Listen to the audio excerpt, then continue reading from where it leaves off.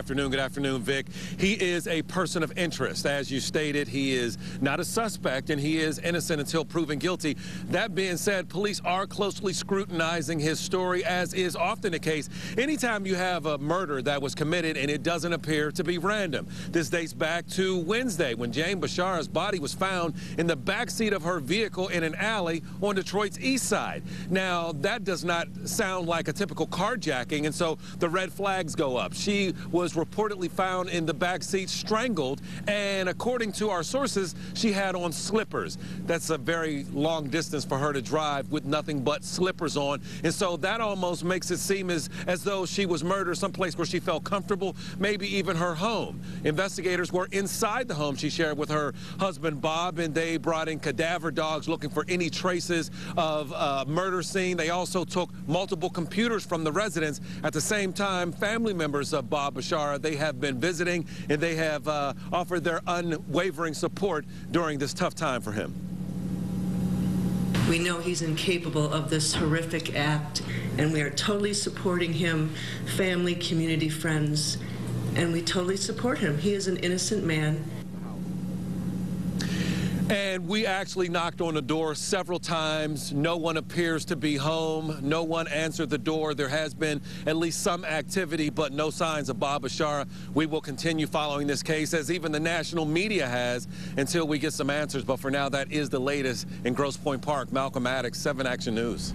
Malcolm, you've been there since you were giving us updates this morning on 7 Action News this morning. You talk about not seeing Bob around. Any other activity, any police, any investigators, anything in the hours that you've been there? Because I know you've been there since about 4 this morning.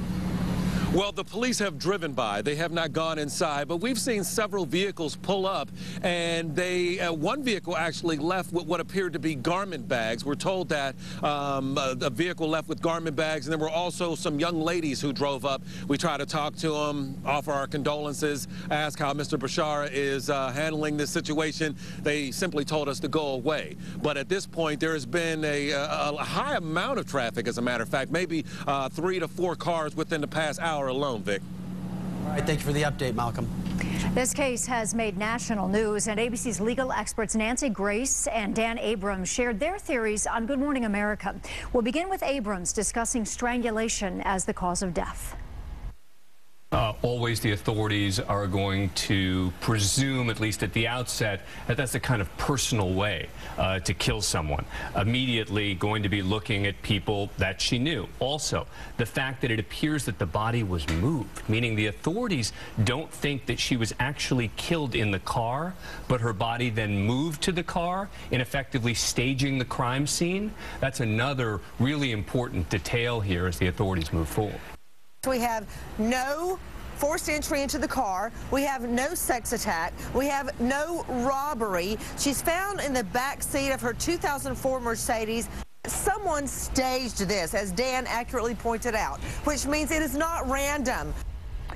Nancy Grace went on to discuss Jane Bashara's purse and cell phone found in the car and the speculation that she could have been kidnapped from her home. Jane Bashara was last seen about 4 p.m. on Tuesday at a meeting in downtown Detroit. Her husband reported her missing about 11:30 that night. He told police he was working at a rental property when he last spoke to her.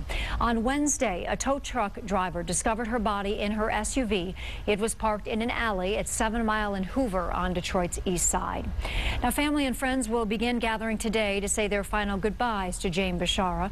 Visitation will take place today from 3 to 9 p.m. at the A.H. Peters Funeral Home on Mack Avenue in Grosse Pointe Woods.